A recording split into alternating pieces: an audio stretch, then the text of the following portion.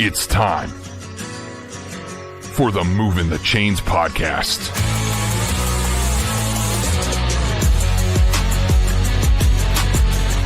Your home for high school football coverage in the Palmetto State.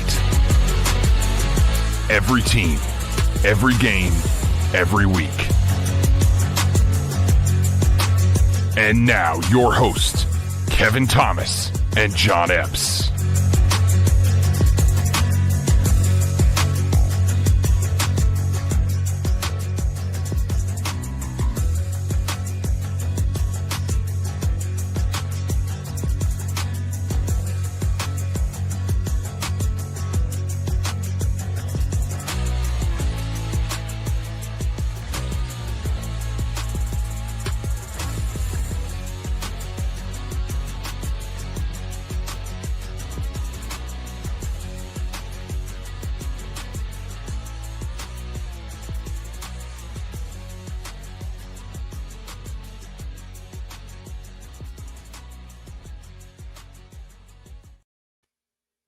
Welcome in to Movin The Chains, brought to you by Founders Federal Credit Union. I'm Kevin Thomas alongside John Epps. Jerel Hendricks back on the boards, as always, here for our Week 9 preview show. John, next, I guess, penultimate week of the season. Is it the right way to say that for high school football? The regular season here? Yeah, penultimate week of the regular season here. We've got region titles on the line. Still a lot of playoff seeding to be decided, man. Lots of great games all across the state this Friday, it feels like. 100%. Some really good games. A lot of teams are not playing this week, but the teams that are, we got some really good ones. No doubt about it. As always, guys, be sure to follow us on Facebook, Twitter/X, Instagram, YouTube, and more at Movin Chains. That's MOVINCHAINS. Our website, movinchains.com. Our podcast on Apple, Spotify, Google, and all podcast platforms. We do a weekly preview show live Tuesday nights at 7:15 on Facebook and YouTube. Hope you guys join us for that each and every week. It's a lot of fun to break down the games with you guys as you comment with us. We do our coach interviews, player interviews, all kinds of stuff throughout the week as well. We have team of the week, player of the week, pick 'em, all great stuff to keep up with throughout the week on our social platforms. Also, today, get your Movin The Chains merch. Some great hats right now. Richardson hats. We've got a gray front with a gray back, also a black back, also a black front up there. You can email info@movinchains.com to order yours today. Some great toboggans right now, a great black and gray one, some good stickers right now for your laptop, your computer, your car, really high quality stuff. Your t-shirts, I'm wearing a navy blue one right now. We've got a black one here, as you can see as well, along with a gray and a pink, I think is right. And we've got the hoodies as well, kind of a darker gray one here, and then a lighter white color for you to help us grow the program, help us support the boys, brand the show. So love to have you order some of that. Info@movinchains.com, or just DM us. We'll get you hooked up there as well. Going to be a lot of fun tonight, John, like we mentioned. Any other thoughts from you? Any thoughts from Jerel? Comments from the chat as we get ready to roll here with our Week 9 preview show. Let's get into it. Brandon says, what's up, fellas? Headed to Blacksburg for Clinton. Blacksburg on Friday. Appreciate you, Brandon. Yeah, last game of the year for Clinton before you get a bye next week heading into the playoffs. Armani says, rough one on Friday. Indian lands a state title contender with that defense. Yeah, they shut down a solid Clover team. Coach Hastings' bunch looks like the real deal for sure. They're a tough group. Courtney says, hey, my guys, hope you're having a good Tuesday. We are, Courtney. Hope you are as well, buddy. Thank you for tuning in. Zach says, good evening. Red Devils go for the region title and 5 wins in a row on Friday night in Blacksburg. Can we read the stats from Zoom this past Friday? Yeah, we'll get to it a little in our player of the week, Zach. Big win for the Red Devils. Huge game for Javen Zoom Cook last week. Travis, what's up, buddy? Westside at Lawrence Senior Night next week at Wren for the region title. Yes, Westside is going to be a name your score game this week for them, it feels like, before they get ready for that region showdown. Noah says, what's up? Hopefully he'll go get into gear. They've got a phone with Greenville this week, John. Should be a phone to talk about. Jonathan says, go Red Foxes. They are finding their stride as well. Jonathan, they're playing great. Westside with the win streak, says Roquez. Yes, the boys are getting hot. 4-4 now, I believe, on the season. Getting hot at the right time. JD says, good evening live from A-Town, home of the Panthers. Abbeville continues to roll. They got a big matchup with Ware Shoals next week. They got Dixie this week, I think. Little testers there, but I think the Panthers probably win both of those football games. Curtis says, Ware Shoals a really tough team. They are, man. They played great last week, had a nice win over a solid Dixie squad. They've got some pieces there with Evans and whatnot for Coach Dotson I like a lot. They're a good football team, that Hornets group is. Thanks everybody, but we got to get going. Let's start talking about these Kona games of the week. Each week, John, we do 5 of the biggest games across the state. Our Kona games of the week, our Carolina Orthopaedic and Neurosurgical Associates games of the week. Let's start down in the 1A ranks with this Kona game of the week here. Johnsonville at 6-1, 3-0 in the region, traveling to an undefeated Carvers Bay Bears squad. Last year, John, Carvers Bay won this game 38-14 over the Flashes. I feel like both these teams are much improved from last year. You know, Johnsonville had a big win over Green Sea Floyds, 54-27 last week. Carvers Bay had a bye. They defeated Lakeview 32-7 the prior week. So both teams playing really good football right now. Coach Cribb at Johnsonville has gotten them, you know, kind of figured out after a down year last year. Coach Richard at Carvers Bay has been building this up, and they've got a really good squad this year. Who do you like in this 1A matchup? This is for the region title as well on Friday night. Yeah, you know, I love the way Johnsonville's playing. This is the time of the year that they really start hitting their stride and start playing really good football. They had that bad loss against Walkmall. Not a bad Walkmall team, but a bad loss. But since then, they've played really well. They've responded well. But on the other side, Carvers Bay, they have been steady all year. And then last few weeks, I believe they were off last week. Yes. Prior 2 weeks on the Road Warriors, they shut out a really good Latta team. I picked Latta to win that game, shut Latta out, and then turn around the week after that, and they beat up on a pretty good Lakeview team the next week. 2 tough games in a row. They looked really, really good. Now they got a week of rest to get even more healthy, get a little bit more juice for this game. I really like this Carvers Bay team, and I really like their defense. I think Carvers Bay, a lot going for them in this game with the bye week, playing really good defense, playing really good football. I like Carvers Bay to win this game. Johnsonville averaging 28 points per game on offense, 20 allowed on defense. Got quarterback Larkin Powell, who's played a lot of football there for Coach Cribb, a 2-year starter at quarterback. Running back Zag Hollywood Davis went 7 for 107 and a touchdown last week. Receiver Skyler Montgomery had a touchdown as well. Tight end defensive tackle Zach Cooper's a playmaker. You know, and we mentioned it 2 years ago, John, where this Johnsonville team was coming off back-to-back lower state title, championships and playing for the state championship. They lost a bunch of those guys last year, had a really young group, didn't have the season they wanted, but still they got a lot better coming into playoff time, gave a couple guys some scares later on in the season. But this year, that young group is getting older and older, and they've got some players who have been around and a lot of key pieces that are back. I hadn't many mentioned Jameer Ross or Ty McFadden yet. A lot of players that have got experience now for them. They're a good group there at Johnsonville. On the Carvers Bay side, averaging 28 points per game, just 12 allowed on defense. They want to run some more. That's what Coach Richard's bunch wants to do there. Quarterback Christian Simmons, a 2-year starter for them. Running back Kennard Hayward is a stud. He has been having huge games the last few weeks for them. Julius McCray is a playmaker along with tight end defensive end Jaquan Hanna. Offensive line, you got Zion Giles, the South Carolina commit, a Super 75 guy up front.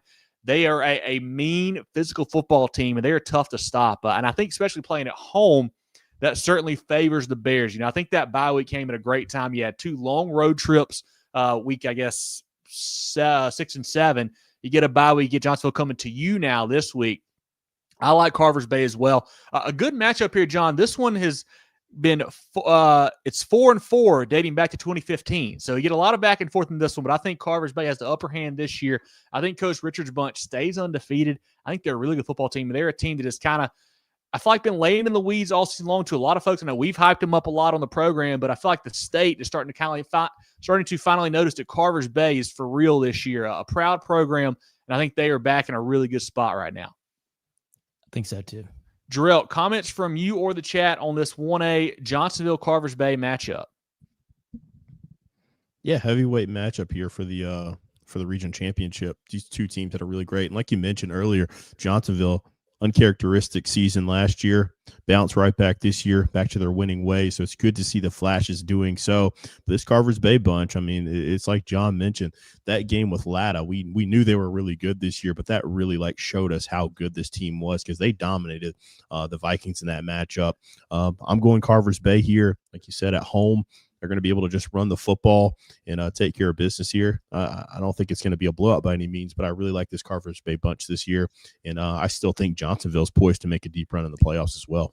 And I do want to clarify. So if Carvers Bay wins, they will win the region title. If Johnsonville wins, they will have a matchup next week with Latta, where if Latta wins, they have a 3-way tie, be a whole thing. But if Carvers Bay wins, they will lock it up this Friday night. And also, Jerel and I got a chance to interview Coach Matthew Richards a couple weeks back from Carvers Bay. Really fun to talk to him, a guy who is from the area, has been there a long time now. Loved hearing from him and getting some feedback on what this program means to him and how good these guys are this year. So definitely go check that out on our Facebook and YouTube pages as well.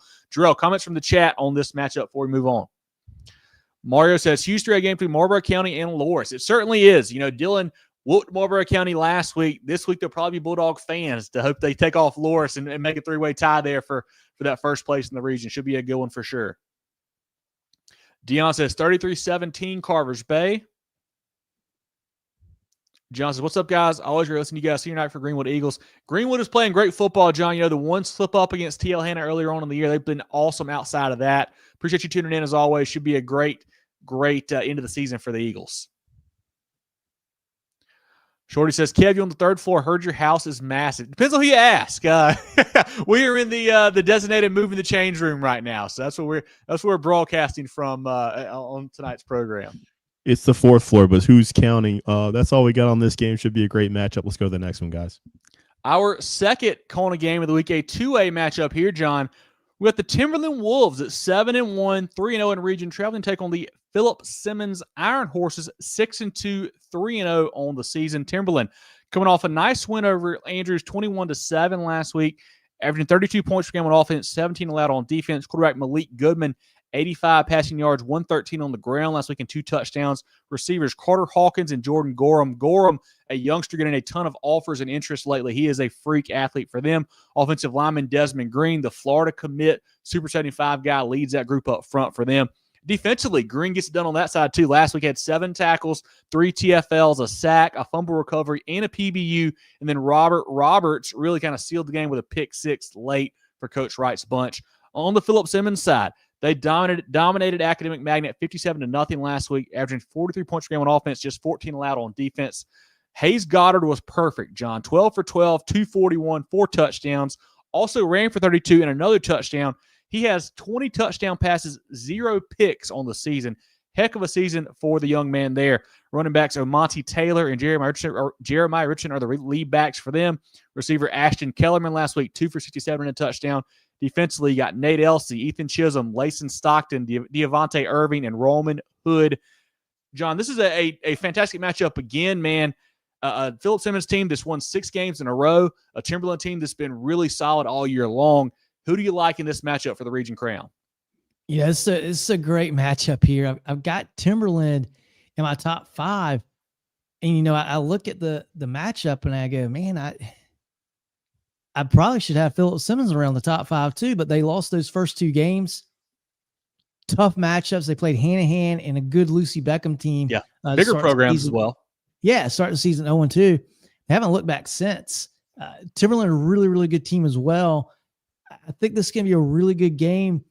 But you just read off the stats for Philip Simmons last week. It's such a luxury to have really good quarterback play, especially at this level. And if you've got a kid that can, 12 for 12 for 240 yards. He's not just dinking the ball at the line. I mean, that's 20 yards of completion. That is big time. And whether it's throwing the ball downfield or just find the playmakers to let them make plays, doesn't matter. The yards are there. The touchdowns are there. I think the offense for Philip Simmons is going to be the difference maker in this game.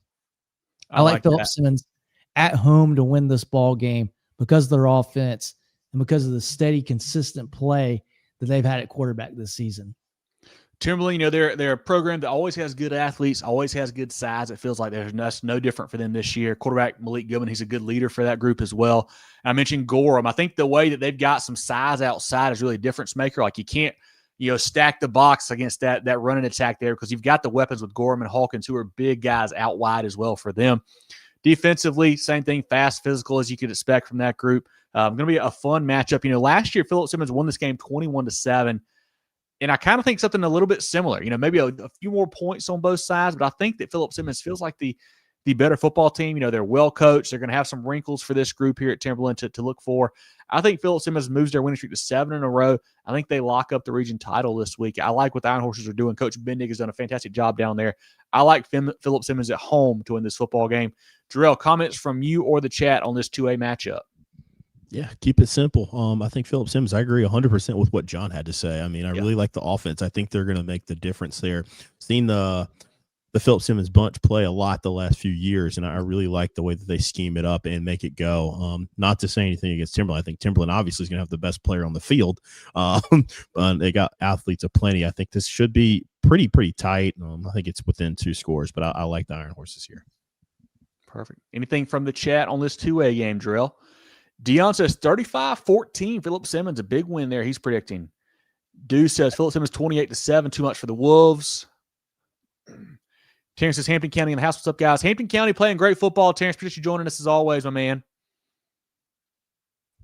That is all for this game. Oh, got one more from Courtney. Got Timberland in this one. Take Timberland 31-17. Okay, Courtney, I hear you. Brandon said he'll take Phillip Simmons in 2A lower state. I think Pageland Central as a 2 seed might be the favorite. Going to be interesting. 2A lower state and upper state honestly has a lot of good football teams on both sides, and it's just be fun when the playoffs roll around for sure. Most definitely. Let's go to the next one, guys. Our third Kona game of the week, John. Always a huge game. These two guys get together. Region title on the line again this week. Gaffney 6-2, 5-0 in region play, taking on Dorman. The Cavaliers 6-2 as well, 4-1 in region play. Last year, a thriller. The Cavaliers won 9-7 against the Indians over at the reservation, John. Gaffney, a big win over Riverside, 49-20 last week, averaging 30 points per game on offense, 18 allowed on defense. Dorman demolished Wade Hampton 52-7 last week, 36 points per game on offense, 14 allowed on defense. Two really good football teams, two teams that kind of seem to mirror each other as far as they both want to run the football and play defense. Who do you like in this 5A game? Yeah, I think this is a really, really even matchup. It more even than most of the games of the week that we talk about on a given Tuesday night. Really even matchup here, I think. Good teams. I think they're probably a player away or a step away from being great. Mm-hmm. But they're still really, really good football teams. And they're really tough at home. Gaffney, obviously the reservation stuff. Dorman's really good as well. They got a good environment. I want to side with the home team in this. From everything I know about Gaffney, if it's a close game, they're probably going to win it. They've had a couple close games this year. They've lost a couple.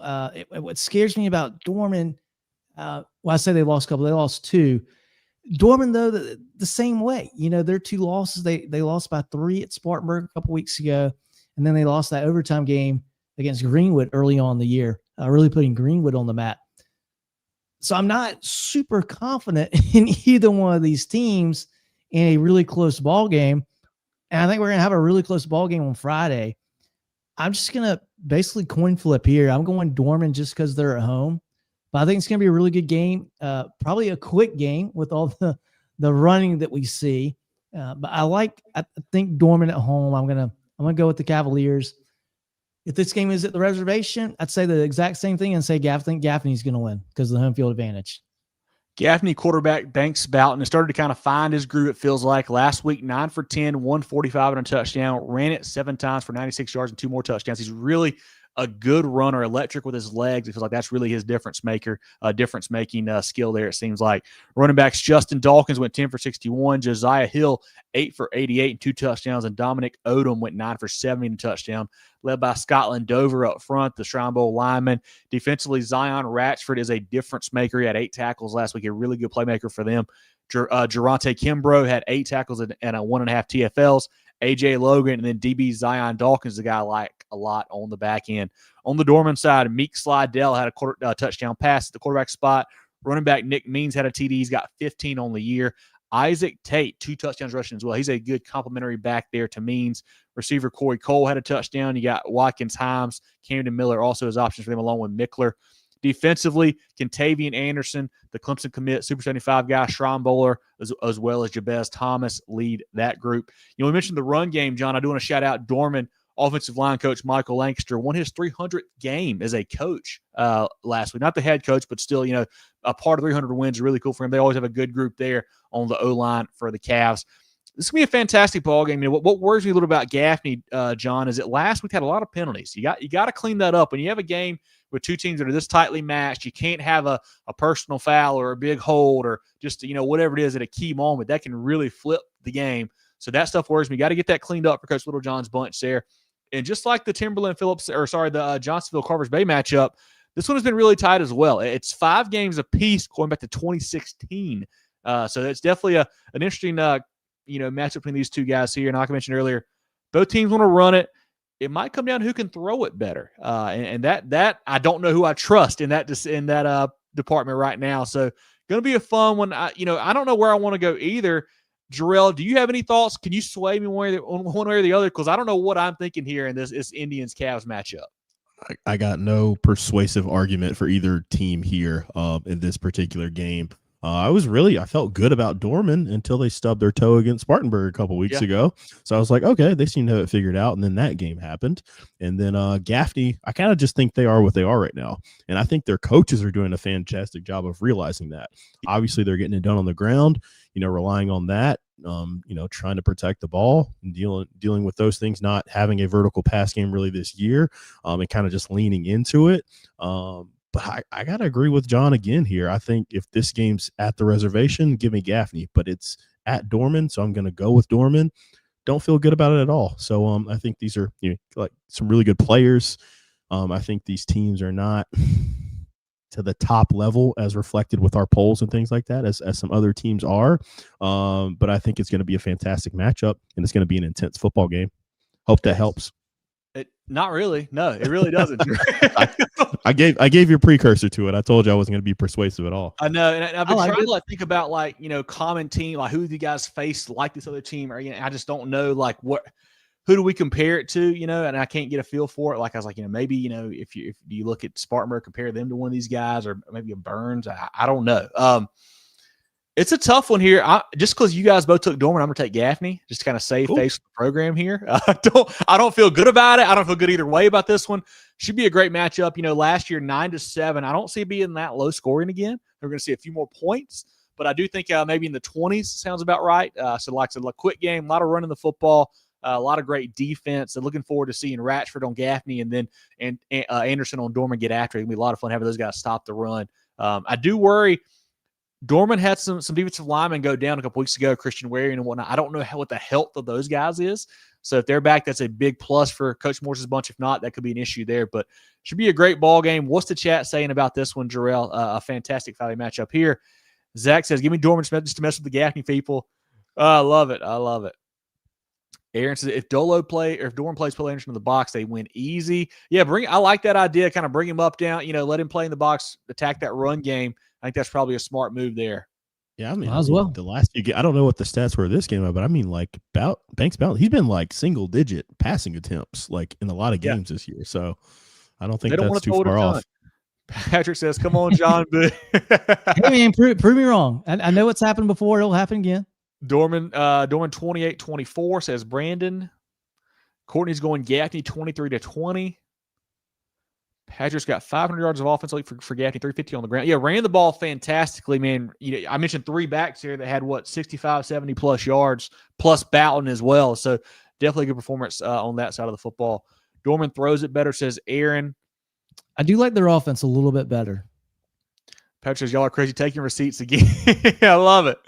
Yeah, Chris and Patrick, one of them called, I can't remember who called it, a few weeks ago, said it's going to be the region title game. And here we are. So, we're right here in the thick of it for sure. I'd have to look. I don't know if Dorman wins, if there might be a chance for a 3-way. I don't remember who's played who yet. I don't know. But I know if Gaffney wins, they for sure, lock it up. So we'll see what happens.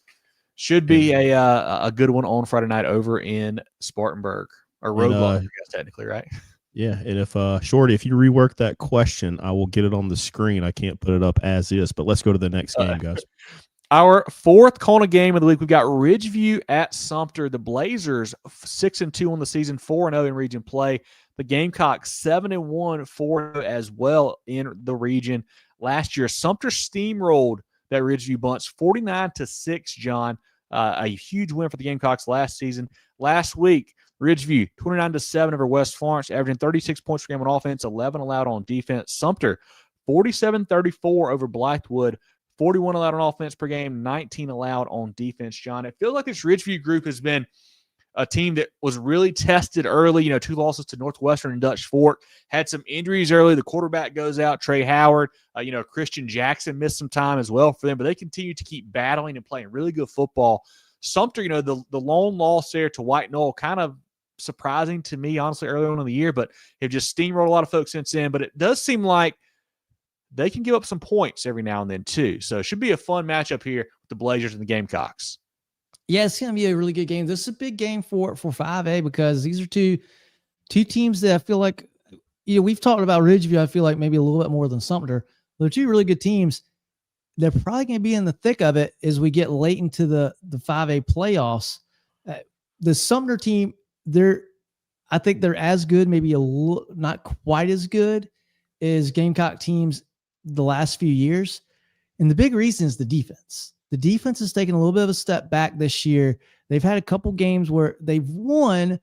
They've given up more points than what you expect a Sumter defense to give up. That scares me a little bit. Offensively for the Gamecocks, great play at quarterback, really good player. Haven't seen them throw the ball a ton. They don't want successful.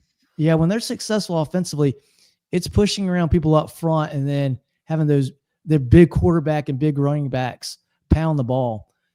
For Ridgeview, this works out really well because they are a very athletic team. They are the most sure tackling defense that I've seen all season, and they're doing enough offensively to win ball games. That defense is so good, they don't have to score 40 points every week. And hey, no wasted effort, right? They're if you win a game 26-0, 29-7, who cares? The game's over when you get to the fourth quarter. I think this Ridgeview team is really, really good. Again, I think the defense is going to be able to hold up well against Sumter. I'm a little bit worried about the size of Sumter up front. I think that's tough to deal with for 48 minutes. But I think Ridgeview is athletic enough, talented enough to play good enough defense, and then offensively to score enough points to win this game. I don't know if this is going to be a low-scoring 17-10 kind of ball game, or if we're going to see a 35-31 kind of game. I think we do see a close game, but I like Ridgeview better. I think they're more athletic and they're better defensively. And defense that travels, right? That travels whether you're playing at Sumter or you're playing at home against a good Dutch Fork team. You only give up 28, but really good Blazers team. I like them in this ball game. I think the defense prevails. Coach Howard's Ridgeview squad has had quarterback Bajan Virgo step in the last couple of weeks. Last week went 10 for 20, a buck 12 and a touchdown. Also ran it for 55 yards and another touchdown. Running back Spencer Babayan, 17 for 144 and a TD. Receivers Christian Jackson had a touchdown last week. Carter Coleman and Jordan Mack are also threats for them out wide. Defensively, Deshaun Rush had 10 tackles. DeJuan Franklin had 7 tackles, 2 TFLs. Davin Toney is a playmaker along with Jordan Best and Quincy Grant, who had 2 picks in that ball game in that win over West Florence last week. Sumter, you mentioned quarterback Frank Richardson. They don't want to throw it a lot. They went 7 for 11 last week, but running it is where he gets it done. He went 19 carries for 233, 4 touchdowns. That's just an everyday game for him. We had him for a player of the week earlier on in the season, did something similar, if not a better performance than that. So he wants to run the football. Also, Cleveland Pinckney, 32 carries for 262, 3 more touchdowns. Reggie Shannon is also a good running back for them. Jameer Bay is an athlete out wide for that group there.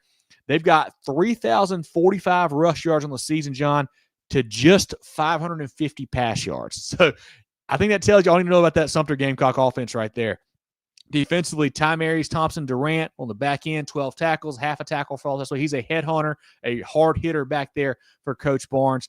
Demarion Holmes had 10 tackles, Cameron Bradley, 9 tackles, a sack, and 3 TFLs. And it seems like, the last couple of years, Sumter has really had Ridgeview's number. Like, they've played some games that have been, non-competitive. I mentioned last year, 49-6 Sumter. I think Jerel, was it 2 years ago, 3 years ago, we saw him play at Sumter, and it wasn't competitive that game either. The Gamecocks won big, but I do feel like the Sumter defense maybe is not as quite as good as we've seen the past couple of years. You hinted at it, John. They give up points in region to Blythewood. Luke Alfelson as well put up a lot against them. While Ridgeview's defense has been really good. They have not allowed a point. I think the last 2 games, they've allowed 15 points in region play as a whole over 4 games. So they're playing great on the rest of the football. This will be a fun matchup. You know, you wonder if there's more to the having their number type deal. Like, is it maybe the way that Sumter plays with that big physical offensive line, where Ridgeview, I feel like, is more of they got great back end, they got great athletes. Maybe the box does not match up well for them. I don't know.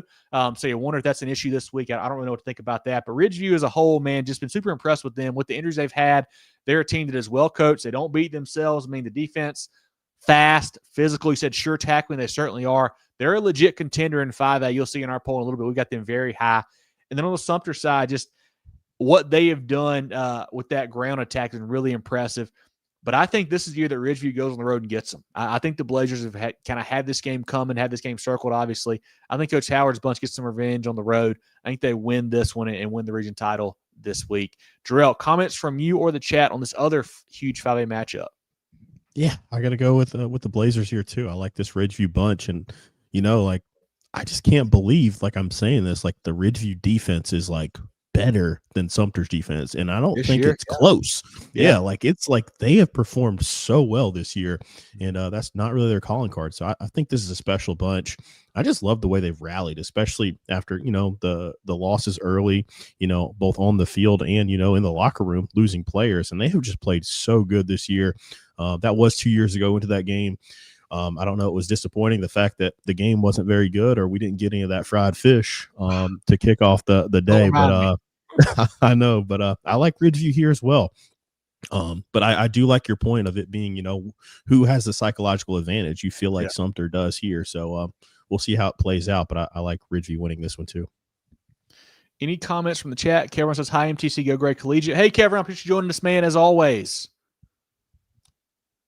Courtney's going Sumter 21-17. I think we'll see a few more points than that, but certainly should be a good one. Ridgeview did great last week. View County, says Kevron. Yeah, they're playing great football. I think they've rattled off, 5 or 6 in a row now. Bradley, appreciate you joining us, buddy. Doing well. Hope you are too. Zach says, Ridgeview trying to prove Ridgew's not a basketball school anymore. Yeah, and they've done a great job this year, man. Coach Howard's one of the best in the business. He's done a fantastic job with that group. Yeah, that's all we got on this game. Let's go to the next one, guys. I do want to, while we're still in here, Jerel, I mean, while you're on your screen too, I mentioned it to John. Like, is there something to be said for, like I said, just the style of play? Like, I think they say some teams are like, the whole, I guess Michigan, Ohio State, like Michigan was built to beat Ohio State. Ohio State was built to beat everybody except for Michigan, kind of. Like, is that what it feels where, like, the way that Sumter plays just is built to beat a team like Ridgeview, like the way that they're put together? And obviously I just picked Ridgeview, but is that a point that maybe it makes some sense to you guys as well? It certainly makes sense. And I think 9 times out of 10, maybe 9 years out of 10 years, that probably holds true in this matchup. I just think, and again, I don't know what's going to happen. I'm really interested in what's going to transpire in this game. I just think Ridgeview is too athletic to get beat by size alone. And not to say that Sumter's not talented. They're certainly talented. They're very good. But I think Ridgeview's too athletic and too good as a group to get beat. Because you look at Dutch Fork, they're as physical as anybody in the state, all around the football field. And they went toe-to-toe with those guys. One big play made the difference in that ball game. But they were going shot for shot with them. I don't know that. I think if Sumter wins this game, it's because they're more physical and they're a little bit bigger. But I don't think that's a reason that I don't think Ridgeview's chances to win this game are 10% just because of the physicality. Yeah, I think play style does, like you mentioned, like Michigan, Ohio State, like how teams are, sometimes it just dominates a different scheme. Whether it's offensively or defensively. I think the last few years, what we've seen is maybe that's a part of it, but I think like Sumter was more talented as well. Like those guys were so good on defense, especially up front. Well, it was really just up front. Their front four was massive, making plays. And then also the back end, like they were so good on the back end as well. They always have great DBs and defensive line. I think that's kind of what stops a high flying offense more than anything, where Ridgeview wants to throw the football. If you're getting pressure with 4 and you can cover in the back end, that's a recipe for disaster. Yeah, it should be a good one. I think we're all going Ridgeview here, but should be a great ball game. Mark says Ridgeview by 20. I like that pick there, Mark. Yeah, it's the last one we got on that one. Perfect. Our SCISA Kona game of the week, John. Two really good squads here. Dorchester at 7-0, traveling to take on the 7-1 Colleton Prep group. Dorchester had a bye last week, back in week 7, defeated Colleton Hall 60-0, averaging 43 points per game on offense, just 10 allowed on defense. Quarterback John Quattlebaum, running back John Wetzel, receiver tight end Abe Schuler and Noah Risher. Defensively, Warren Judy, Bradley Sievert, and Will Quattlebaum get it done for that group. Coach Nelson there does a great job. Colleton Prep, a big win over Beaufort, 28-14 last week, averaging 42 points per game on offense, 16 allowed on defense. Quarterback Cale Owens ran it 21 times for 201, 3 touchdowns. Tanner Wolf, 12 rushes for 92 yards and another touchdown. Hartman Fisk, also a weapon, along with defensively Cooper Taylor and Dayton Birkeland. This was a game we saw twice last year, John. In the regular season, Colleton Prep won 38-12. In the playoffs, Dorchester got them back 45-7. Who do you like in this one here, man? Two teams that are, poised to make deep runs in this 1A playoffs of SCISA. Who do you like, the Raiders or the Warhawks? I like both of these teams. Good answer. Very good teams here. Heck, I could see what happened last year happening again this year. Yeah. I like Colleton Prep being at home. I think a lot like the Gaffney Dorman game. I think these are two very, very evenly matched teams. I'm going to go with the home team. I really like Dorchester's offense. They can really light it up. But Colleton Prep is a really, really good football team as a whole. They've won defensively, they've won offensively. They can do it all. I like Colleton Prep. I want to take them because they're at home. These are two teams as well that have had guys that have played a lot of football. Cale Owens has played a ton there for Coach Langdale's group at Colleton Prep. On the Dorchester side, Coach Wetzel has had Quattlebaum Coach Nelson has had Wetzel and Quattlebaum there for quite a while, running the rock and throwing the football for them. I'm just big on John Wetzel. I think what he brings to the table with that running back spot for Dorchester, that's hard to stop in these cold weather games. It's late in the year games. I like Dorchester in a close one on the road. Should be a fantastic game. Like I mentioned, two teams that are poised to make deep runs in the playoffs for SCISA. But I like Dorchester. Should be a fantastic ball game. Jerel, who do you like in the SCISA game of the week? Anything from the chat as well on this one? Oh, I get to disagree with John finally. It feels good. I'm going with Dorchester in this one, man.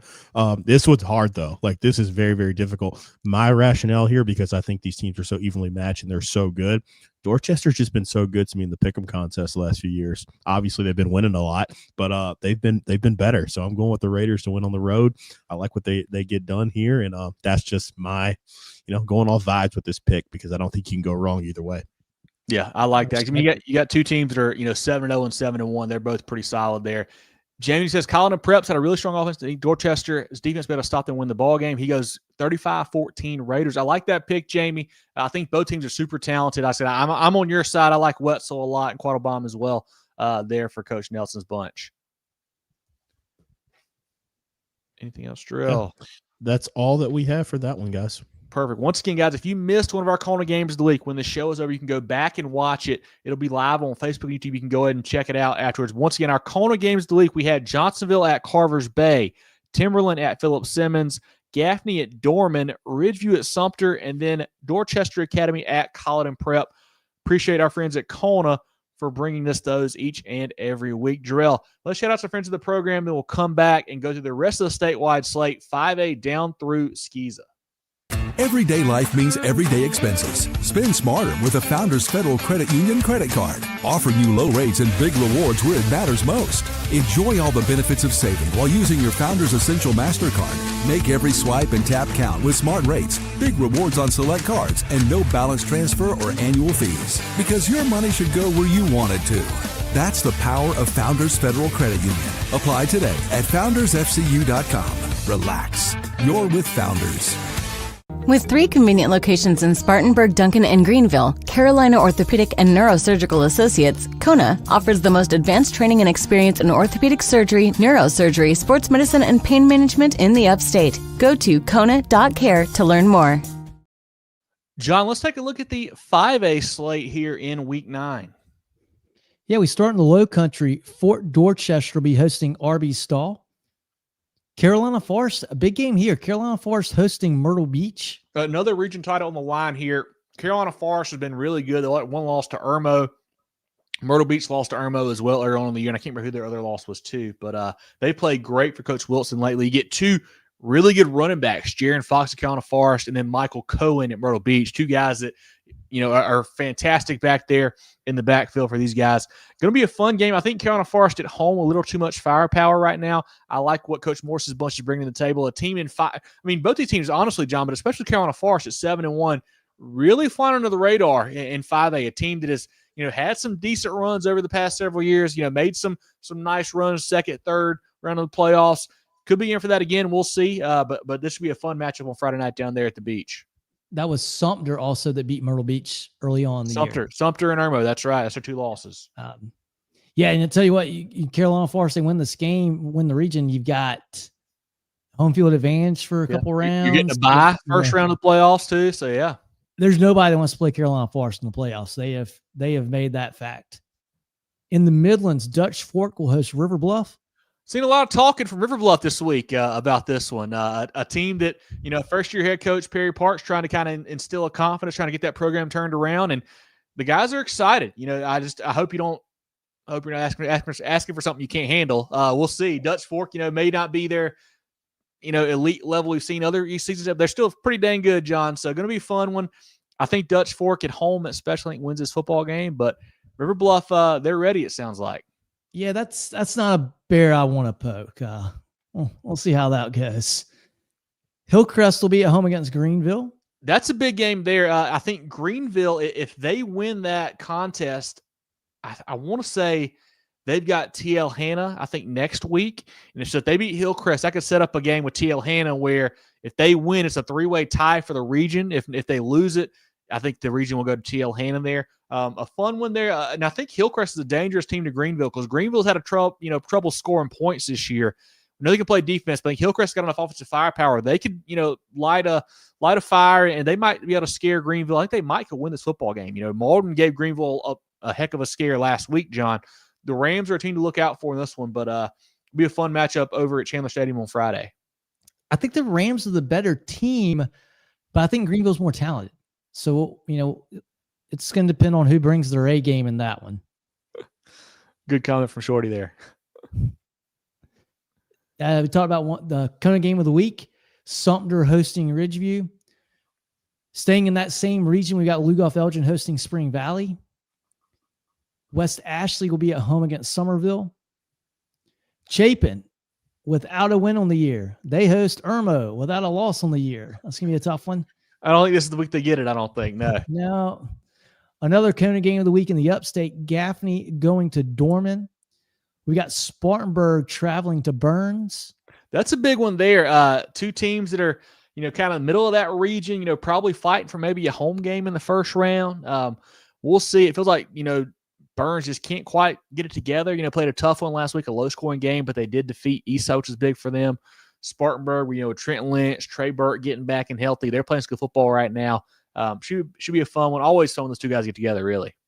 Yeah, and two teams I have a hard time predicting. I haven't looked at the pick'em yet this week, but this is going to be a tough one if it's in the pick'em because I don't know. I believe it is, yeah. I don't know which Rebel squad's going to come out, and I don't know which Viking squad's going to come out, but it will be a fun game. It'll be a good game for sure. Catawba Ridge will be hosting Rock Hill. We've got North Myrtle Beach hosting St. James. Nation Ford will travel to Clover.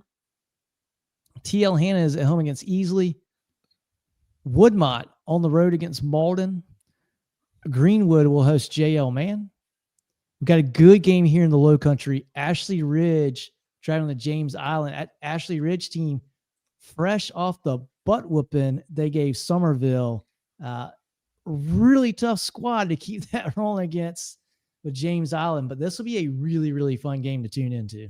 Yeah, last week a shocker, honestly. AR is a team I think we were pretty high on them going into the year, but then took some lumps early, lost to Berkeley, lost to Oceanside, lost to that Carolina Forest group. We're like, all right, they're okay, they're not great. But then to just, like you said, 42-19 over Somerville last week, that was really impressive. And the way they did it too, Ryan Campbell, the running back, 26 for 202, 3 touchdowns rushing. The quarterback, Trevor Kalick, ran for $131 and another touchdown, also threw for 1.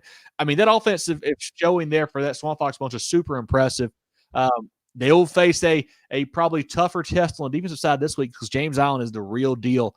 That'll be a fun game, interesting game too, because it's one of those where if Ashley Ridge can knock off James Island, they're in the driver's seat for the region. If they lose, we got a 3-way tie there. Whole lot of stuff. Interesting matchup. I don't know what to make of AR. I don't know if they are just all of a sudden figured it out or just flash in a pan last week. I don't know. Yeah, it'll be fun to watch. Cane Bay will host Goose Creek. Got Socastee hosting Conway. Stratford on the road against Wando. Eastside will be hosting Wade Hampton. Berkeley is at home against Lucy Beckham. Do we need to sound the alarm bells about Berkeley a little bit? Last week they beat a Wando squad that is not great. They beat them 17-3. Only had 1 offensive touchdown in that game. That kind of worries me. That's coming off a loss to Stratford 2 weeks before that, where they kind of didn't get anything going in the second half. I'm a little nervous. Lucy Beckham has played some good football this year. They gave Stratford all they wanted a couple weeks back. I'm intrigued by this game here. I still like Berkeley a lot, but this game I'm a lot less sure about it than I was probably 2 weeks ago. Put it that way. They certainly have to wake up. I think they should respond. They're a veteran group. And hey, you get beat by Stratford. Everybody's getting beat by Stratford. Yeah. I can't hold that against them. And if you have one relatively bad game, you win by 2 scores. Awesome. Yeah. Lucy Beckham, they're playing a lot better football too lately. They're a really good team. I think Berkeley, they've got the senior leadership where they step up and they come alive this week. They'll certainly need it. Yeah. Fort Mill will be at home against undefeated Indianland. I think there's more chatter and more attention coming to this Indianland group. I watched them play earlier this year. Good quarterback play, and they're good on the lines. This is a good football team. I expect them to win again Friday. This game here, I think, could be close for 2 reasons. One, I think Fort Mill's defense is really good. They got some really good players on that side of the football there for Coach I was going to say McElhaney. I don't think that's right. Sorry, Coach. I'll get your name right here in a minute. But then also, is it maybe a look-ahead spot for Indianland? You got Northwestern on the horizon next week for all the marbles. Could be a little bit of a look-ahead spot. You pair that with the really good defense there at Fort Mill. Could be a tight matchup. I think Indianland is the better talented team, but it's pretty fun. And it's Rob McNeely is the Fort Mill head coach. Sorry, Coach McNeely. I know it's close about that. But, yeah, I'll have an eye on that one on Friday. Should be an Indianland win, but we'll see. Yeah, I'd rather, if I'm worried about my team being a little sleepy or looking ahead, I'd rather play a team that has a good defense than a team with a good offense, because it's a lot easier to get things going if you're down 10-3, 10-7 at halftime, whereas being down, 28-7. Yeah. West Florence will be at home against Westwood. That's a tough one to say. We'll say that once and move on. Boiling Springs will be traveling to Riverside, and Lexington hosting White Knoll. Jerel, comments from you or the chat on the 5A slate this week? Yeah, no, the big chatter obviously is that upset of Somerville. So yeah, no one had that on the bingo card there, Chris. Or we would have put it in our hot routes this past week, but didn't see that one coming. And Chris also mentions Lynch. I didn't realize that he didn't play last week or got injured. Yeah, I don't think Smart needed him in that game, so I don't know if they held him or if it was that serious. I don't know the situation there, Chris, but he is certainly a difference maker for Coach Hodges' squad there. Let's go to 4A, guys. Looking down at 4A now, John. We'll start with Aiken hosting Gray. Darlington will travel to Crestwood. I want to mention both those games. For one, Crestwood, I think we were all pretty high on them going into the year, and they've just not quite delivered. A 4-4 squad right now. Middle of that region. That's really been a surprise to me. I thought they would be much better. Darlington has improved for sure. I like Darlington, I like the direction they're heading. I think Crestwood a little bit better right now. But then circle back to that Gray Collegiate Aiken game. Aiken, a team that started off 2-0. We were so excited about them, John. Really kind of falling off the last part of the season. I think Gray Collegiate continues to roll in that one. Yeah, they certainly should. We'll have York hosting Richland Northeast. Bluffton at home against Bishop England. Big time game here for that region specifically. Yeah, a Bishop England team that needs a win, needs a big win like that in the worst way as well. Have not shown up against May River or Hilton Head, got beat both those ball games. You need a nice one here in region play. I think Bluffton has that big-time offense, so McCarthy and Warren and Patterson. I like what the Bobcats are doing. Yeah, they got to show up, but I do too. May River will travel to Beaufort. West Side at home against Lawrence. Wren will travel to South Side. Midland Valley is at home against South Aiken. Hilton Head will travel to Colleton County. Brooklyn Casey at home against North Augusta. Daniel will travel to Blue Ridge. This is probably Daniel's toughest region game outside of that Seneca matchup. Yeah. But I still think they win rather handedly on Friday. South Point will be at home against Dreer. Camden hosting Lancaster. Berea at home against Travelers Rest. The Dog Bowl, as Jerel told us, right? That's pretty cool. South Florence will travel to Lower Richland. Another team that we haven't talked a ton about is Lower Richland. They've had a really good season. 6-3 there for 6-3 there for Coach Taylor. That group has played some really good football. South Florence been kind of, not talked about the last couple weeks. They haven't really played anybody. They've got Hartsville on the docket next week. We'll have that as a big game, I'm sure. But Lower Richland, I'm really impressed with them. Had a nice win over Wilson a couple weeks back. Beat Darlington earlier, beat Batesburg, Leesville. They played some good football this year. I think South Florence is too much for them. Yeah, good group for sure. They'll be tough. They'll tough out in the playoffs. Emerald will be at home against Fountain Inn. Hartsville hosting Lakewood. Airport will travel to Gilbert. And we've got Pickens hosting Seneca. Jerel, comments from you or the chat on the 4A slate. Steven says Westside's getting gelling at the right time. 4 straight wins. Yeah, they're playing great football, Steven. Certainly will come down to that next game against the Hurricanes next Friday night. Jessica says Camden Senior Night at Zemp. They should win easily again against the Lancaster team that's down a little bit this year. The Bulldogs are playing good football for Coach Remp. Brandon says Westside 56-10 over Lawrence. I don't know why I keep letting Brandon kick his rival while they're down. RealQuest says Westside's Keelan Powell go for another 5 touchdowns. He had a huge game. One of our Player of the Week nominees last week had a monster game there for Coach Lane. Yeah, and Shorty. We are TR, says Shorty. Jerel Shorty, the TR brethren. Are you paying him on the side? Oh, Shorty's a TR alum too. Come on now. I know it's like a guest appearance here. Jerel, can we get a full breakdown? TR Berea, give us some thoughts. Oh, Devil Dogs by 70. I mean, just gonna destroy those guys. Wow. I mean, lost a heartbreaker. We started off pretty good against Blue Ridge. Lost the jug, but not gonna lose the Dog Bowl. We're gonna get that done. Never say we're gonna lose to Berea. That's just not gonna happen. Coach goes in the right direction. I like it. Yeah, good to go. I like it. Anything else on the 4A slate? I'm going to guess we're good. Yes, go to 3A. Sorry. No, you're good. Let's look down at 3A now, John. Yeah, West Oak at home against Walhalla. Christchurch will travel to Southside Christian. A good rivalry game there. Southside Christian's been a team that's tough for me to figure out, Johnny. Like they've, looked really bad some weeks, and they've come out and surprised me and looked really good other weeks. It's really up and down, not the most consistent season for them right now, but a big win over St. Joe's, let's say 27-7. So it's not like they're trending upward for Coach Guess in year one. I think Christchurch, so a few too many playmakers right now. I think Coach Hatfield's bunch wins that rivalry matchup. Yeah, it would certainly be a big win if they got one Friday against Christchurch. Mm-hmm. Powdersville will be at home against Carolina High. Chapman will travel to Woodruff. Woodruff, boy, they really showed out last Friday. Really impressed with that group. Big time win in person for that one to see them take down Mountain View Prep. Coach Sloan's group is poised for a big playoff run. It feels like, Chapman got their first win last week over Union County, to get off the snide there. I think Woodruff just too much firepower, man. What they can do offensively with Davis and just Gibson and Moats, and that crew is impressive. In the defense, the front seven, man, the box has been really good for them. I think Woodruff rolls in that one. Battery Creek will be at home against an undefeated Orangeburg Wilkinson.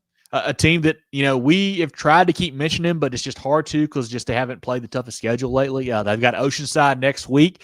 I'm sure we'll talk about them in that ball game there. But Coach Carter's bunch, man, it's super fun to follow what they've done with Hall Twanger and Avenger and that group there. The Bruins are back. This is back-to-back really good seasons for them. I love that program he's building down there. Hey, and I know someone mentioned it about Ridgeview earlier. Orangeburg Wilkinson, no longer just a basketball school. They've been Right. This is 2 years in a row. They're playing really good football. A team that is a football school, Dillon, they'll host Walkmall. Big win for the Wildcats last week, man. Took it to Marlboro County.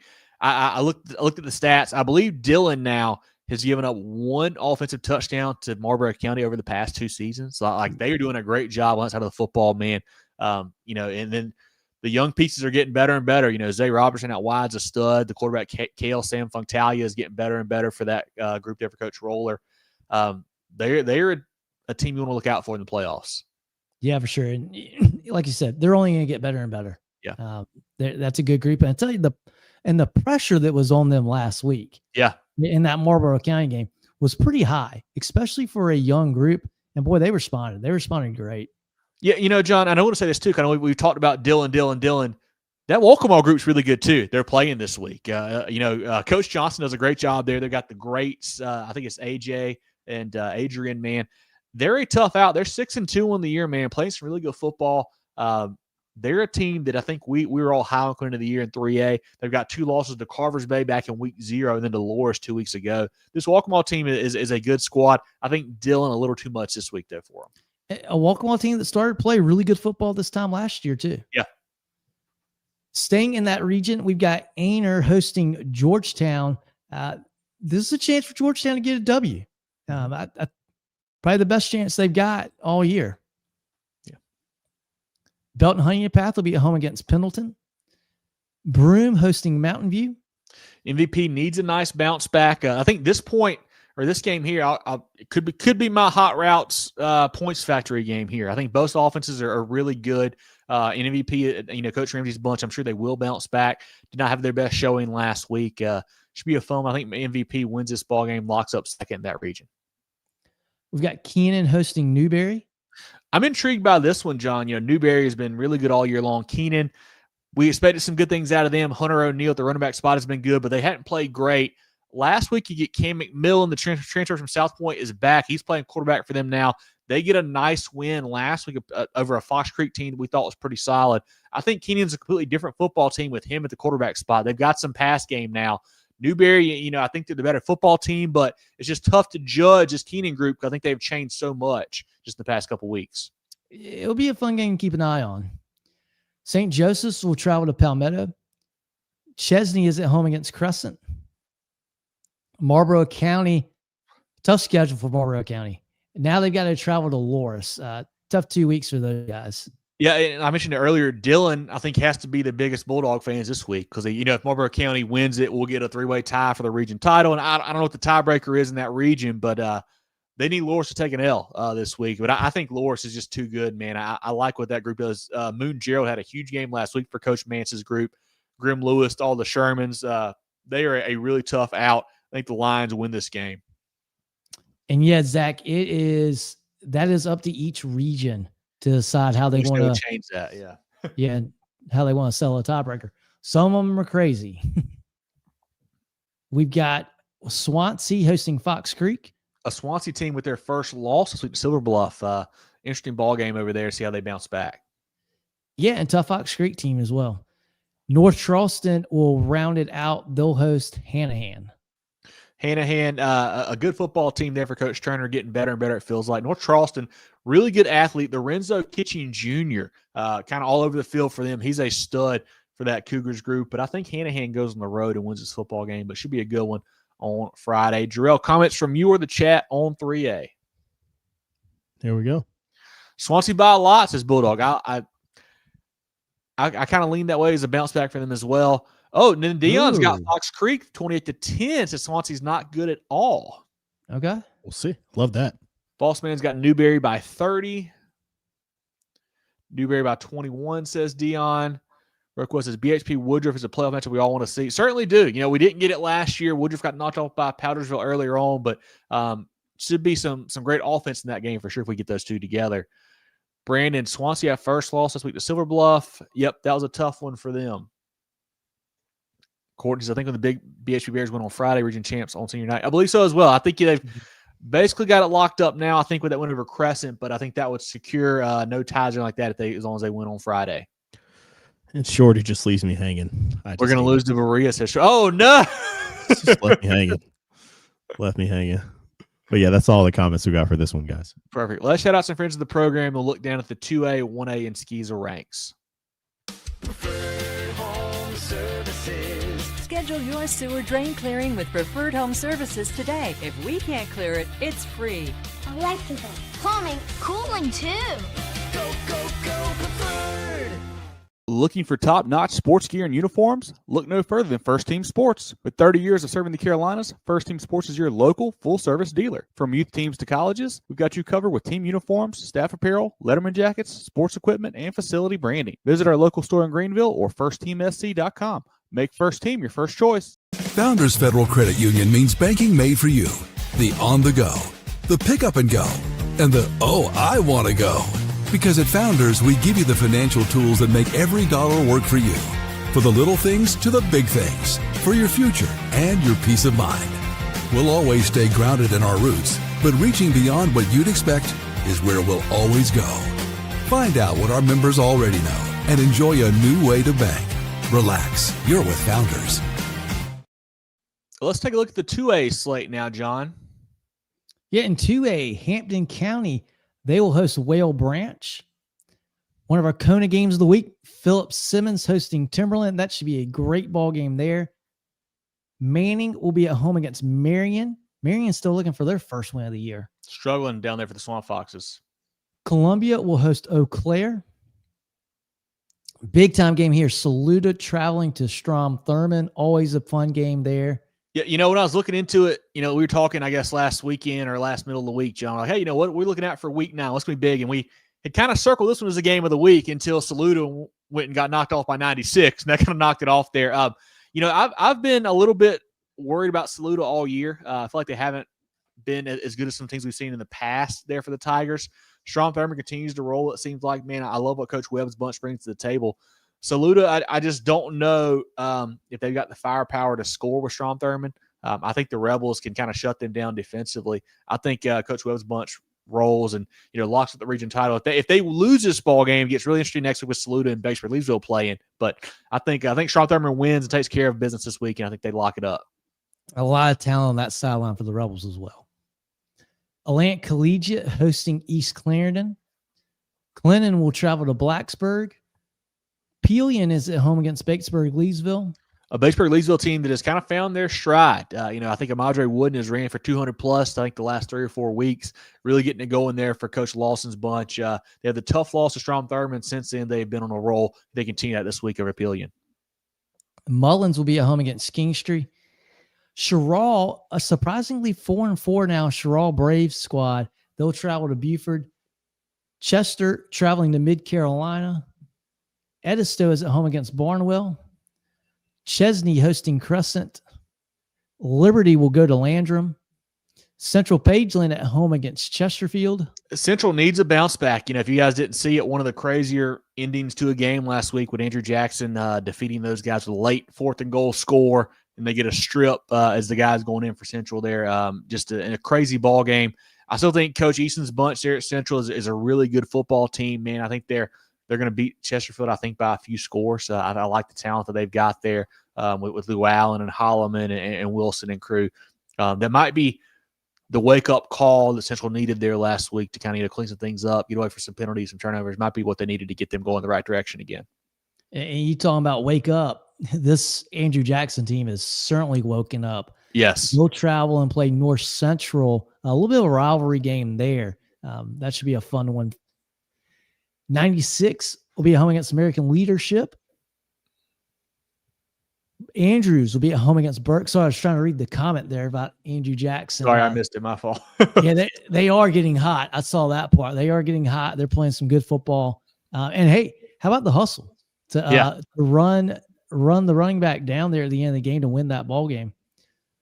Woodland will be hosting Academic Magnet, and that will round out the 2A slate. Jerel, comments from you or the chat on 2A. Okay, Brandon says Andrew Jackson, one of the hottest teams in 2A.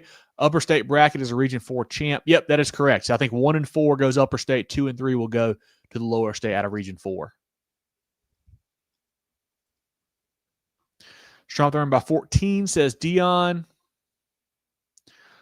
Bossman says Saluda is doomed. Strong throwing by 21 or more. I'm thinking it's a multi-score game as well, honestly. It's kind of how I'm leaning in that one. Chris says, remember school record watch for a Madre 205 needed. If he just does what he's been doing the last couple of weeks, Chris, he will certainly get there. Easy. Awesome to see what he's done over his career. Brandon says Clinton will play North Central first round of the playoffs. Are they a decent team? They're not bad. They have a good record. Brandon. I will say that. I don't think they're that great. I mean, Clinton should win pretty easily. But yeah, I don't think there's any problem there for the Red Devils. Hampton County for the region, says Terrence. Yeah, they're playing great football. They're a team, and I love what they've done there for Coach Hannon, where they schedule some big boys early on. They'll take some losses, take some bumps and bruises, but once the region play comes around, they're better for it, and they've been rolling the last several weeks. That is it for 2A. Let's go to 1A, guys. Let's look down at 1A now, John. Yeah, we got one game on Thursday night. That is Bamberg Earhart hosting Allendale Fairfax. Bamberg Earhart, man, they are awesome. They're playing such good football. I think it's a name your score game again for them on Friday. I feel like it's been a name your score game for almost every game. Yeah, exactly. On Friday night now, Rich Spring Monetta will host Calhoun County. Baptist Hill will be at home against Scotch Branch. That's a good game there. I think that Baptist Hill may be the better team, but Scotch Branch has the better athletes, if that makes sense. Two teams that I think are really solid. Intrigued to see how that one shakes out over at Baptist Hill. That should be a fun one in 1A. Yeah, Baptist Hill, a good team. I feel like we gave them a little bit of love toward the end of last year. They really were playing some good football. And here we are again, late October, and they got a good record. Good team again. Ware Shoals, undefeated Ware Shoals, will travel to Calhoun Falls. Man, a great environment last week. I saw some great photos and pictures and videos from that game against Dixie, man. Awesome crowd there, it seemed like. And Ware Shoals just continue to roll, man. Great win for the Hornets last Friday. Latta, a good win for them last week. They'll be at home against Hannah Pamplico. Military Magnet will travel to St. John's. One of these teams will get their first win of the year. Clap it up. One of our Kona games of the week here, Carvers Bay hosting Johnsonville. McCormick will be at home against Whitmire.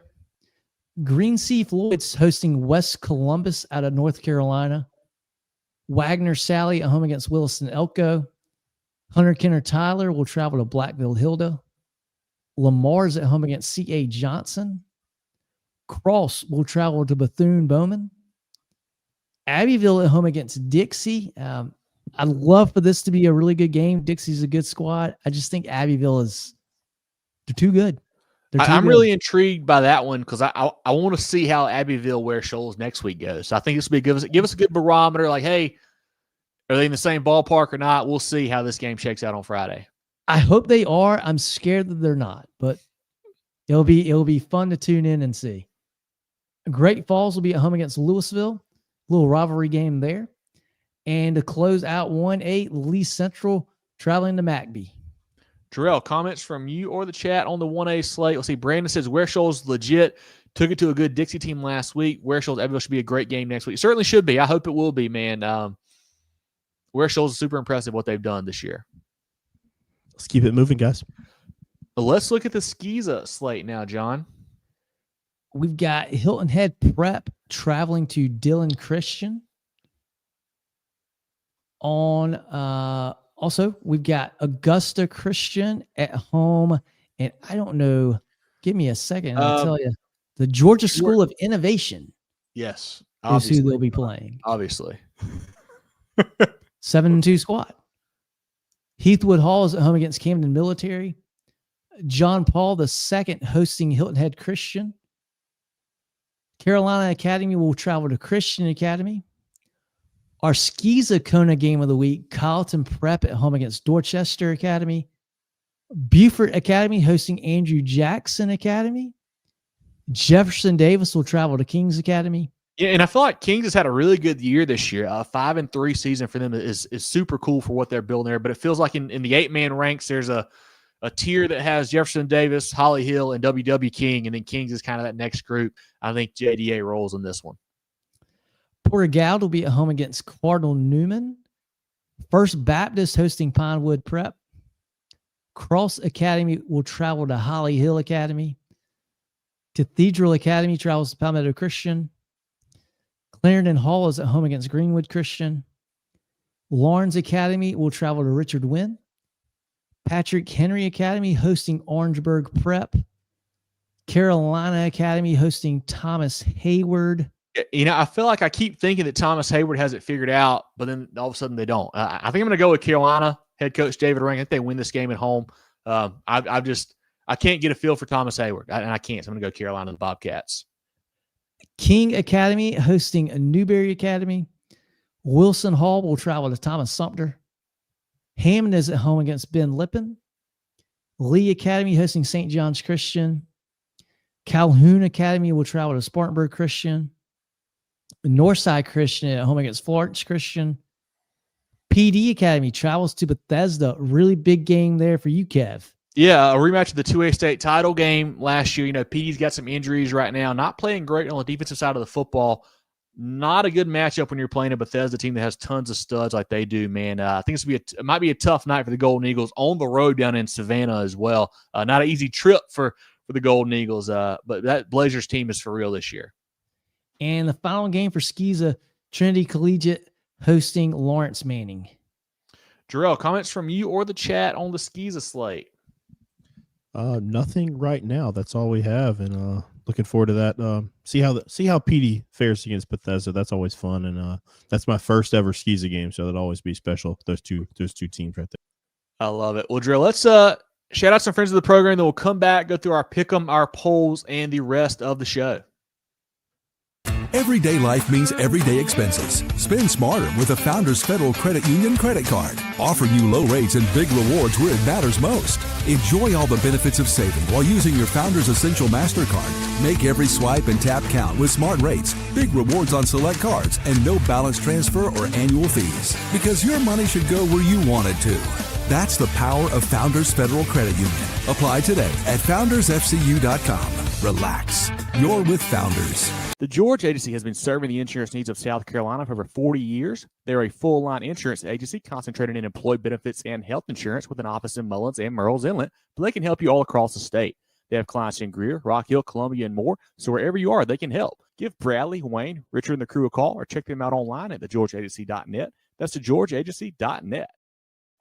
Our Pick'em contest is brought to you by Hannah Engineering. Each and every week we do 11 games across the state. It's a great way for you to keep involved with not only your team, but your region and the rest of the state as well. Drill, let's look at last week's winners for week 8. We had a couple of perfect scores, Daryl B and Tyler G with 11. I want to shout out Daryl B. That's back-to-back weeks with 11, so super impressive what he is doing there. A bunch of 10s, Ryan, Big Pop, Scott, Andy, Todd, and Lee. A bunch of 9s as well. Had to just type them out and say there's 11 more at some point with the 9s. But a lot of groups had 9 there. John and Jerel with 9 each out of us, and I had 8 in week 8. And then our overall leader, Jerel, we're doing our lowest week has been dropped now. We got Daryl at 69 off of the back-to-back 11 performances. Got Ryan at 67, Andrew 66, Ryan, Peyton, Chase at 65, a couple 64s, 63s, and whatnot. John has 63, Jerel has 64, and I have 6'7", as the kids say, right, Jerel? 6'7". That's what I've got right now. So appreciate you guys participating in our Pick'em contest brought to you by Hannah Engineering each and I'm getting the email address. I'm copying off Daryl's paper this week. So yeah, Daryl's got it figured out right now, doesn't he, man? He's making some good picks there. Shout out to our friends at Hannah Engineering for helping us out with that. And Jerel, if you're ready now, let's unveil the first team sports polls we mention every week. We want to do our own because we don't trust the other polls, and I feel vindicated each and every week. It feels like when ours come out. But let's take a look. Do you want to go 1 to 5, 5 to 1? I guess we're going 5. We're going 5. Yeah, we're starting here. Do it. I feel like we've been going the other way, so we're going to go this way this time. D1 5A, we got Dutch Fork getting all 3 first place votes this week. Got 2 ties here. Tied for second, Ridgeview and Somerville, and James Island Stratford tied for 4. This one had a little shake up because we did not know what to do with Somerville. No, I had no idea. That was a big, I think we had talked last week. We're like, hey, if Somerville beats Ashley Ridge, they might go to number 1. Instead, they lose, and we're like, where do we put them now? I have no idea. Really tough there. I will say that there's nobody else I really think I even want to put in the top 5. Honestly, though, it's like I thought I said maybe Ashley Ridge because of that win, but I was like, I don't know. Like, so I feel like it had to be those 5 teams. I just had no idea how to order them. Really. Yeah, and go ahead, John. I had a predicament where I put Stratford ahead of Somerville in my poll, and Jerel called me out on it. I thought, well, heck, I know that they beat them head to head, but I got to punish them a little bit for what happened last Friday. Also don't forget that was Somerville's second loss, not their first loss. I've got 2 losses now. So I could certainly make a case for that for sure.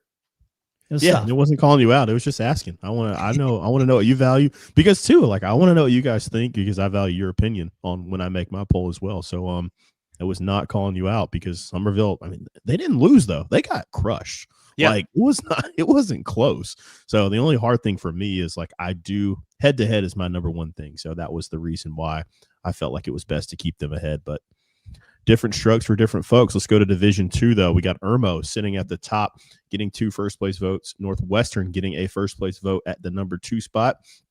Big mover the last couple of weeks. Indian all the way up to 3 in our poll, and a tie for 4 with TL Hanna and Greenwood. That's just a technicality. The tiebreaker, TL Hanna, definitely took those guys out. We still have Berkeley hanging around, receiving some votes as well.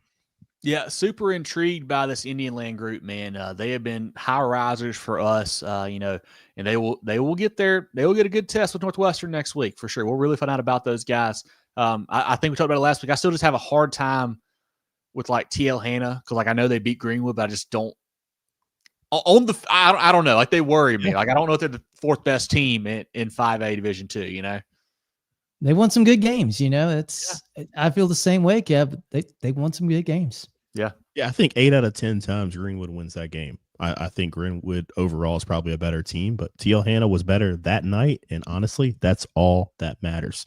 But let's go take a look at 3 and 4A.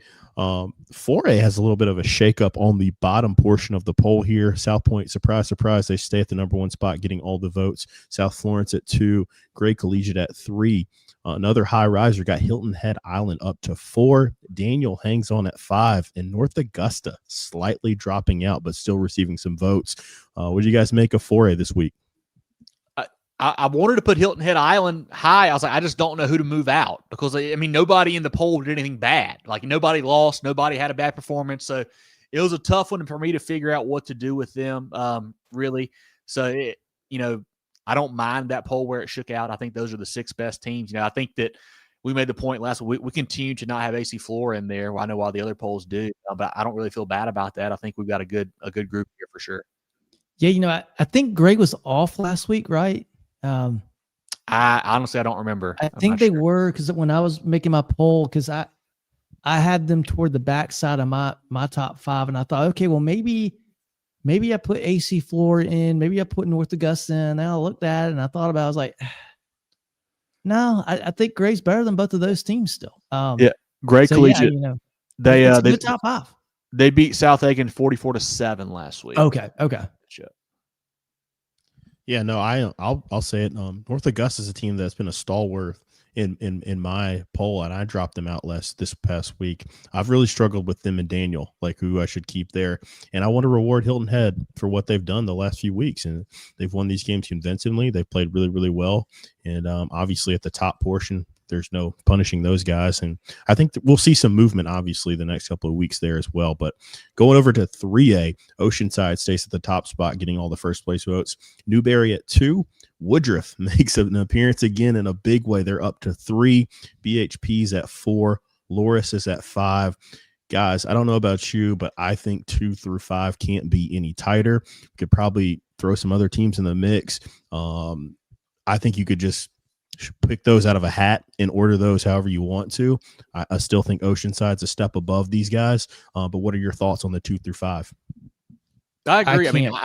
I thought about putting Woodruff at 2, honestly, after what I saw. I thought Newberry was a really hot start to the year. Still playing good football right now. Maybe just haven't been quite as dominant the last few weeks. So it could shuffle. But like I said, nothing. just because we have a team at 5 like Loris, I'm super high on, doesn't mean that like we dislike them. Like it's just like I said, it's just that tight right now, Jerel. I mean, I've been banging that Lions drum as much as anybody has, and it's like what do you do? Like because all these teams are really good right now. So we'll see. If Loris hammers Marlboro County this week, they might go back up to 3. I don't know. So a lot of movement there between that 2 through 5 group, like you mentioned.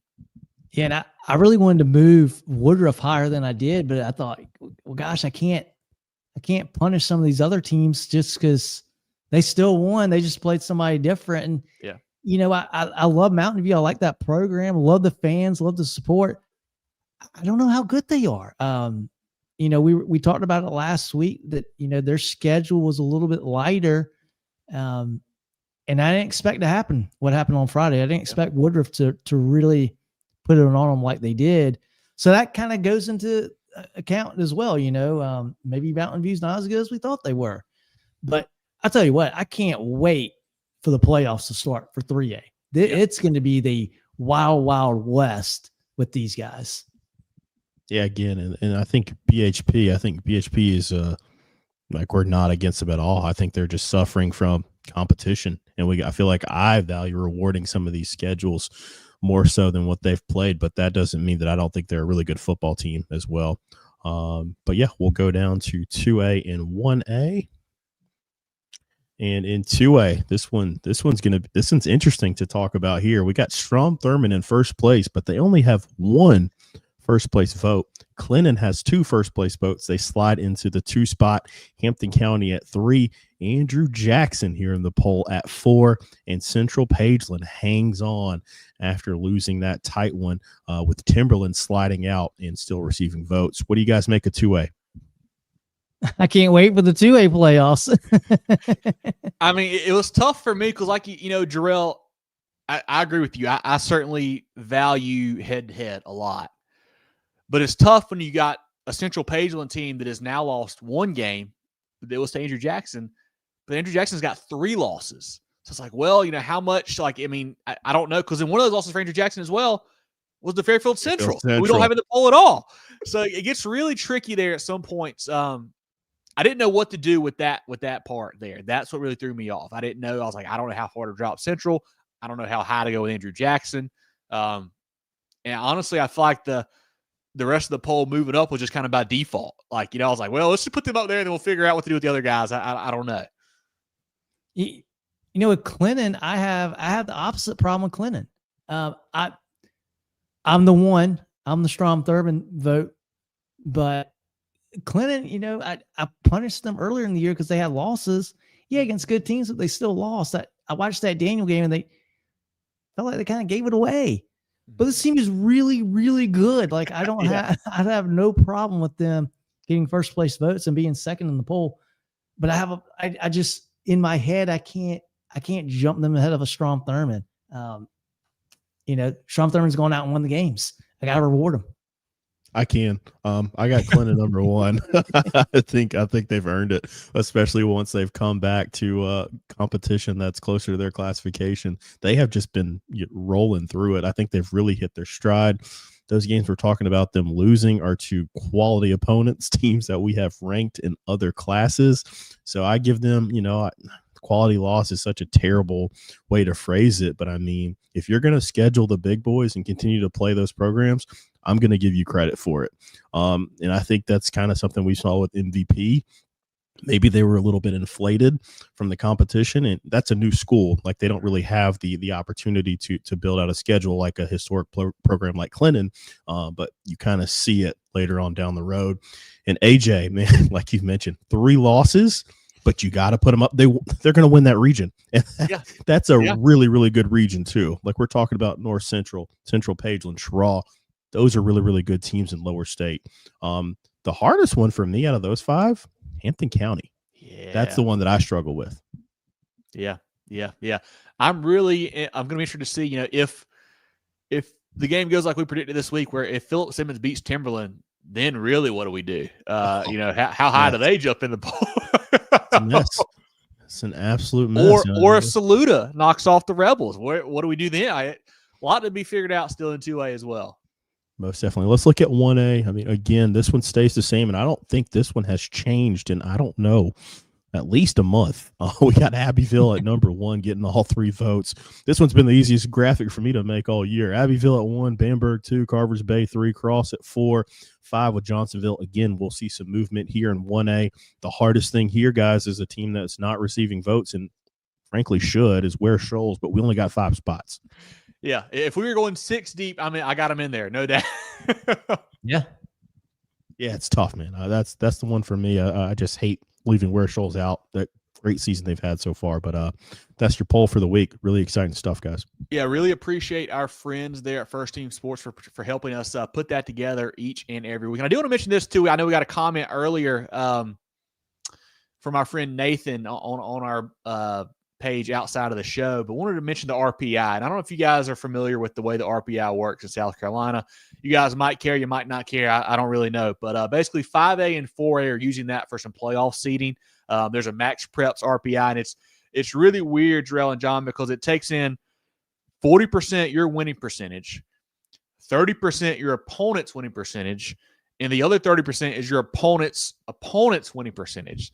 So it gets really kind of convoluted there for 5A and 4A, and it'll help determine, like I said, some seeding and some at-large in those bigger classifications. And like one of the big problems for me right now when you look at it is if you look at the 4A RPI, you have submit. We're gonna send. There we go. At number 4, you had North Augusta. Number 5, Seneca. Number 6, Gray Collegiate. Number 7, Daniels. So you've got North Augusta and Seneca above teams that beat them in the RPI rank. So it's just odd. Like I don't love that system. I don't know if there should be a better formula. I don't know. Like I think the problem with the formula is I don't know why the fact of who your opponent plays and their winning percentage is as much as the fact as it is how good your opponent was at the beginning. Like that's the one that really gets me. I don't love it being 30 and 30 on that back half there. And I think that's really odd.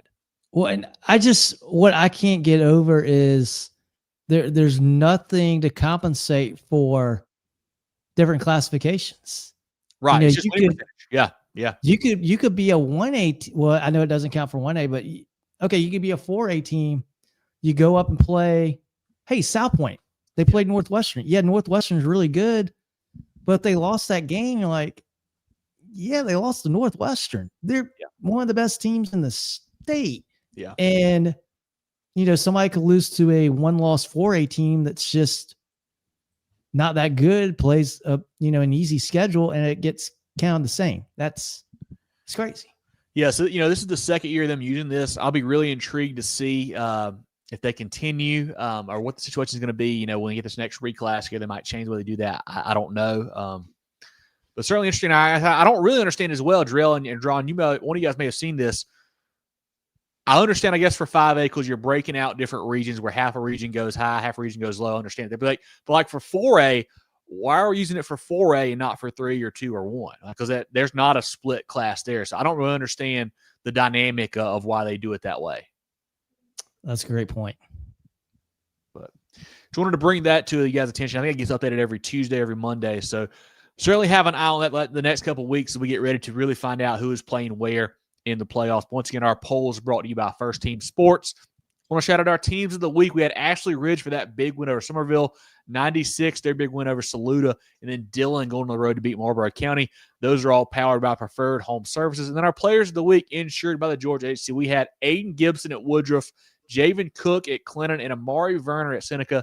3 running backs that had monster showings on Friday, guys. A lot of fun to see those stats, those highlights roll in. So appreciate our friends at the Georgia HC and our friends at Preferred Home Services for bringing us the players of the week and the teams of the week. Jerel, John, any final thoughts on just anything in general before we kind of wrap up the show for week 9? I'm looking forward to it already. No, a lot of comments about the poll this week. I really love it, guys. And again, I forgot to put those up. We need to read those. Yeah. Oh yeah. No, we can definitely. Sorry. I completely I got sidetracked by the RPI, No, for sure. Let me see. Let me go to the beginning so we can do that. If it's too many, don't worry about it. Woodruff in the building. Thank you for tuning in. Appreciate you. The Wolverines are playing good football right now. Yeah. Great win last week. We dropped to 4. And like we said, Courtney, I mean, all those teams are really neck and neck. I mean, we think they're all very good. I knew Courtney wouldn't like it. Brandon says setting up a huge third round game. BHP at Woodruff. Yes, that will be massive if we get those two together. Ron says, y'all guys are against BHP. Tell me a team that's 5 different running backs and average 40 points a game. If you're basing Woodruff off the MVP game, that's bad because MVP is not what they're supposed to be. We got nothing wrong with BHP. Like we said, Brian, we're high on that team, man. It's just, I think part of it for us is they ain't played anybody. They ain't played nobody, Paul. That's what it comes down to. But we got no problem with BHP. We know they'll be there at the end. Brown says Central will bounce back, make a strong run. Yeah, I agree. And honestly, I mean, Lower State 2A is probably the easier side of the bracket from Upper State 2A. So not necessarily the worst thing for Central going down there to Lower State. Brandon says Clinton losses are number 2, Newberry, number 3, Woodruff, and number 5, Daniel. Yeah, certainly a murderer's row non-region there for Coach Fountain's group. Bossman's got Strump. Thurman's got losses at 4A North Augusta and the number 11 team in Georgia. Also a tough non-region there for Coach Webb's team. That's why we got them 1 and 2. So yeah, I mean that just says it all. I mean, it's really, really tight. All of these polls are really, really tight, and I want you guys to know, again, number one, like we're not biased in any way. Like we pick who we think's the best at that time. Like we don't root for anybody. We root for the state of South Carolina, so it doesn't really matter. And we put some time in it for sure. So, and we only rank 5 teams. It's easier to rank 10. And it's a lot more volatile. It's hard to rank 5, so we don't take that lightly. So it's going to be a lot of fun. But as always, if you're listening to us on Tuesday, make sure you get out to a game on Friday. Get some subs on the YouTube. That's all I got for this week, man. It's almost time. I cannot believe it. I was doing the graphic. Week 9, so week 10. And going back to the poll, the last thing I want to say on that is it's about to sort itself out. We're here. It's playoffs, so we'll know soon enough who's number 1, who's number 2, and they'll sort out on the field. Yeah, going to be a lot of fun as always, guys. Be sure to follow us on Facebook, Twitter /X, Instagram, YouTube, and more at Movin Chains, TikTok as well. MovinChains.com is our website. Podcast available on Apple, Spotify, Google, and more. We do our weekly preview shows, 7:15 on Facebook and YouTube. Come join us live each week. We'll be back next Tuesday for week 10. Hope you check that out.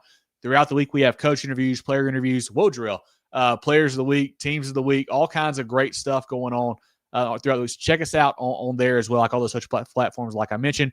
Get your Movin The Chains merch right now. Some great hoodies. We've got this darker hoodie here. We've got a lighter hoodie as well. You can email info@movinchains.com. Got the navy t-shirt here, a black t-shirt as well, a gray one and a pink one also for you guys for great Christmas presents here.